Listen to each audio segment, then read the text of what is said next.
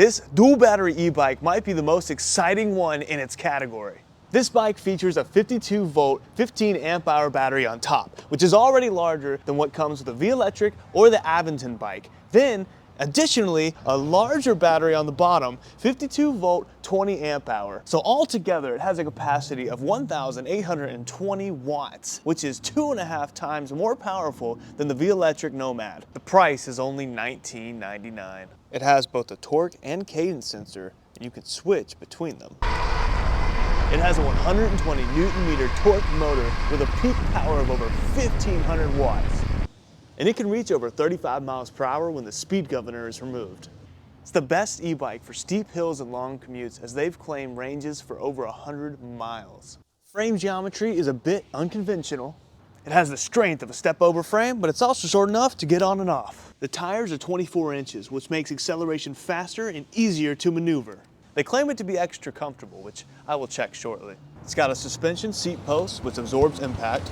This configuration is actually more comfortable than most full suspension e-bikes, which range at around $2,000 to $2,500. This bike can come in either two different configurations. It either comes as a Class 2 or a Performance Power. I chose the latter because why not? Also, I have an affiliation link which will help the channel if you use it. Don't forget to like and subscribe. Before we get into too many details, here's some B-roll.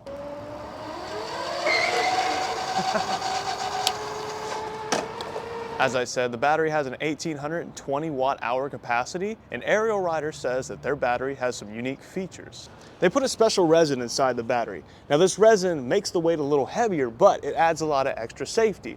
It protects the battery from heating, protects it from water and dust getting into the cells, and most importantly, it prevents fire risk. So there's a lock on each side. The top battery comes out like this. Very simple, very easy. Then you pop it right back in. Boom. Make sure it's locked and you're all set. Bottom battery is the same thing. Stick it out. There's a little latch right here. Just like that.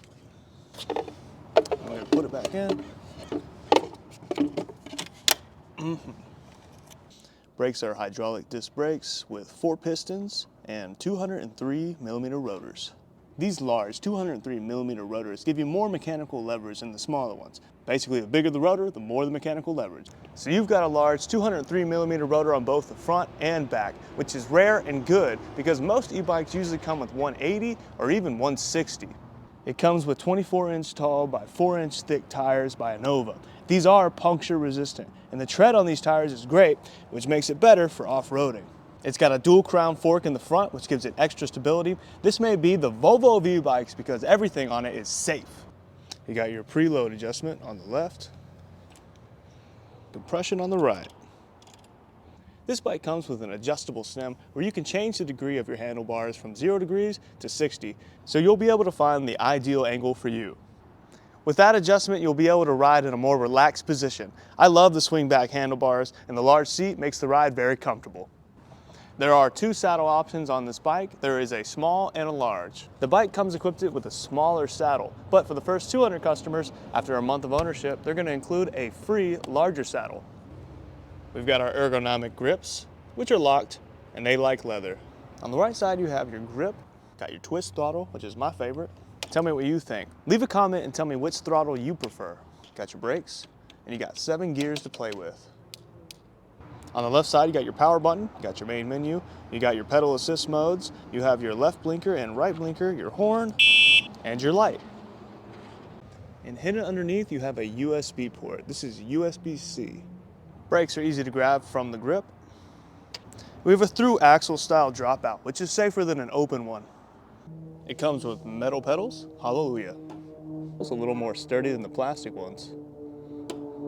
The rear rack has 4 fixing points, which you just screw right in. A max load of 60 pounds. The rear rack is really sturdy. You can even sit on it, although I wouldn't advise it, but it is doable. Double wall guard on the chain link and crank, which is 52 teeth.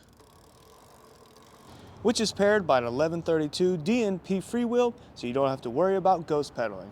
It comes with a Shimano Atlas derailleur and guard for your derailleur. And you've got a rubber guard to protect your frame from your chain. You've got a charging port here. And also one right here. The display, I believe, is the same as the Velotric, but seems to be a little bit improved. You can use your turn signals, and it even has turn signals in the front. I repeat, this is the Volvo of e-bikes, just safe. From the home screen, you can change your sensor setting. If you hold down the up button, it'll go from torque to cadence. And each setting has 5 different pedal assist options. From the general settings, you can select your riding mode. You've got Eco, you've got Trail, you've got Boost. Eco mode gives a soft riding experience, and Boost, as you can expect, will give you a more fun ride. And if you sign a waiver, you can bypass the speed limits. You can turn your light on and off like that, and you can also put on your high beam by holding it down. From the main menu, you can check the battery voltage, but not only that, also the battery cell voltage. The batteries use CAN bus BMS, which is the smartest BMS you can have, as I know Bosch uses this system also. And you'll notice the screen shows the percentage of each battery. Don't forget to use your horn and get a little recognition out there in the world. It is a rigid frame, so you can't expect it to be as comfortable as a full suspension bike. But it has a suspension seat post, and you can adjust that at the bottom of the pole here. Just gotta take this guy out. You can twist this and make it just how hard or soft you want it to be. And a suspension seat post like this will actually give you a better ride than 90% of the e-bikes that use that cheap rear suspension. So between the fat tires, the adjustable handlebars, the premium fork, and the suspension on the seat post, you've got a very comfortable ride. The fork is a premium dual crown fork with 80 millimeters of travel. It's very well built and comfortable. You can check the size of the stanchion. I believe it's 34 millimeters around. The bike is equipped with easy to fix MIK accessories. It also comes with this great toolkit.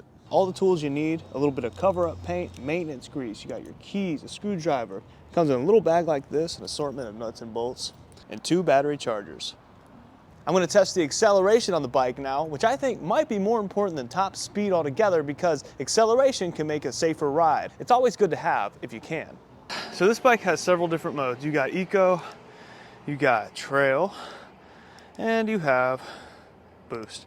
We're going to keep it in Boost because we are all about power. Right now we're in cadence mode, but I want to switch it to torque mode. And what the difference is torque mode, you're pedaling, it'll kind of gauge how much assistance that it will give you for a smooth ride, basically giving you the legs of Lance Armstrong. But if you switch it to cadence mode, that's just going to give you full on power. So we're going to test the 0 to 20 speed, how fast it gets there. We're in cadence mode, all the way up, and all throttle. Let's go, starting now. 15 and 20. Just like that. Let's do it with the pedal assist.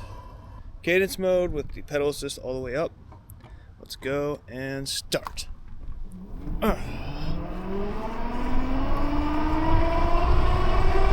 miles per hour. I'm going to do torque mode and pedal assist 1, see what the difference is from cadence. So pedal assist 1, torque mode, go. There, it's kicking in. I probably got half a pedal in there. 20 miles, just like that. So still pretty fast. All right, I'm gonna switch to cadence. I'll start pedaling now. Kicking in. So that was like a quarter pedal. 20, okay. All right, now we're gonna bump it up to 2 pedal assist, still in cadence mode, and go. There it is. 20. And don't take much. Feels like a lot of power either way. All right, cadence, pedal assist 3, go. All right. Rough start, but 20. All right. Now, I'm really not feeling a big difference in the amount of assistance. Go. Oh, that one kicked in a little faster. And 20. Wonderful. Yeah, not feeling a huge difference in the amount of assistance, but definitely some. This thing's gonna give you a lot of power either way, it seems like. Oh, this is like just takes off in 5. You know what? I take it back. There's a big difference. Wow. Holy cow. Okay. I was barely pedaling. I wasn't even trying. Wasn't even like thinking about going fast, and I was going 30. It's a good boost. Let's hit that top speed. Let's see what we can do. All right, for the top speed, we're gonna get it up to 30, and then we'll start pedaling. And 30. Come on, come on. I'm giving it a bit of a push. Good pedal. Oh yeah. 36. Come on, 37.2. That's what I wanted to see. Oh yeah. Beautiful. Holding it steady.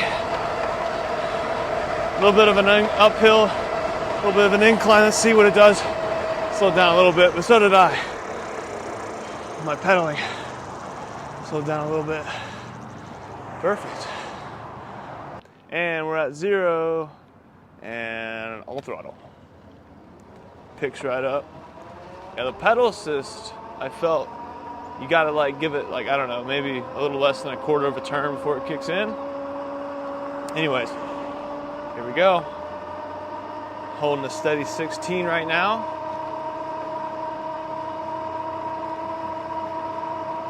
This is a good sturdy hill, good steep hill. And we glide through the top with elegance and grace. That of a king or queen.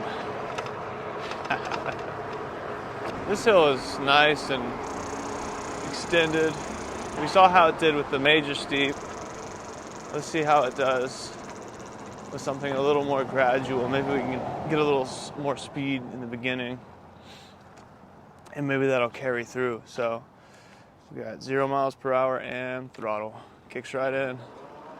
Kicks right in, starts to lift off. I weigh 180, so keep that in mind. 6'2".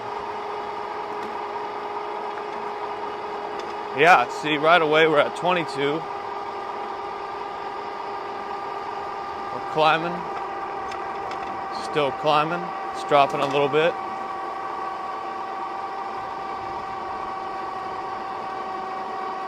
Just under 21 here.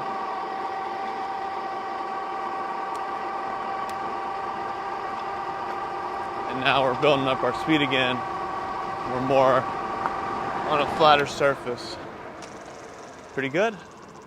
So, I have not felt my bottom feel uncomfortable this whole ride, which is a great sign. Because sometimes, even a big seat isn't as comfortable as it looks. All we had was a bit of a jump whenever I was hopping curves. That looked like a fun little area. Let's see if it climbs just as well on this little dirt path here. Help me get over that hump. All right, here we go. Let's see how it does here. A little bit of dirt. No momentum. Yeah, it's a little rigid. Okay, gotta slow down. Yeah, the seat suspension is doing its job. Most certainly. Pretty fun. Woo! For the more adventurous folk. Gotta love it. Gotta love it. Ariel Rider seems to have some of the best engineering qualities. Very good electric systems that don't just fray and fall apart. Nice, powerful motors. They've got that new resin in the battery to make your batteries more fire resistant. They seem to be doing a lot to be great. I love the feel of this bike. It's got a good amount of power, but it's not overbearing, it's not shocking. It kicks in at a smooth rate, which is very nice, because sometimes if it just boosts and flies off, you know, that could be dangerous. Now we're gonna do the range test. In my range test, I do the highest pedal assist and the lowest pedal assist, so I can get both sides of the range. But before that, let's get into the battery capacity. Kepler's dual battery capacity is 52 volt and 35 amp hour. That's 1820 watt hours. The BMS used in these batteries are CAN bus communication protocol. Most e-bikes are using hardware communication, if not UART. So the batteries can communicate with each other and also other electronic stuff simultaneously. Also, at any time, it can measure over 200 parameters. On pedal assist 1, my range is 128 miles. For sure, I didn't do the whole ride. I check my range when the battery capacity goes down to 50%, then double it. And my range on pedal assist 5 was 70 miles on boost mode. I did the same testing for that. Based on the other e-bikes I've tested in similar category and price, you can expect to get about 2 times the range out of this guy here. The battery chargers for the Kepler are 23 amps, so you'll need about 5 hours to charge the top battery and about 6.5 hours to charge the bottom battery.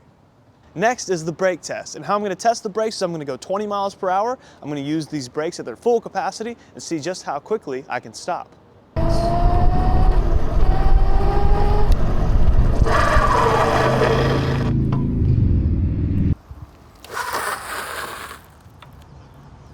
It is better than similar bikes, I guess, from having the 4 pistons and the 203mm rotors on the front and back. If you're riding anywhere where you can really reach these top speeds, you're going to appreciate these larger rotors on the front and back and also the 4 pistons. It really helps with the stopping power and the safety. To support the large weight of the 2 batteries, it's great to have the 2 larger rotors on both sides to help with stopping power and controllability. Also, having the dual crown fork in the front, you don't have to worry about the fork flexing when you suddenly apply the brakes. You're still in control of the bike.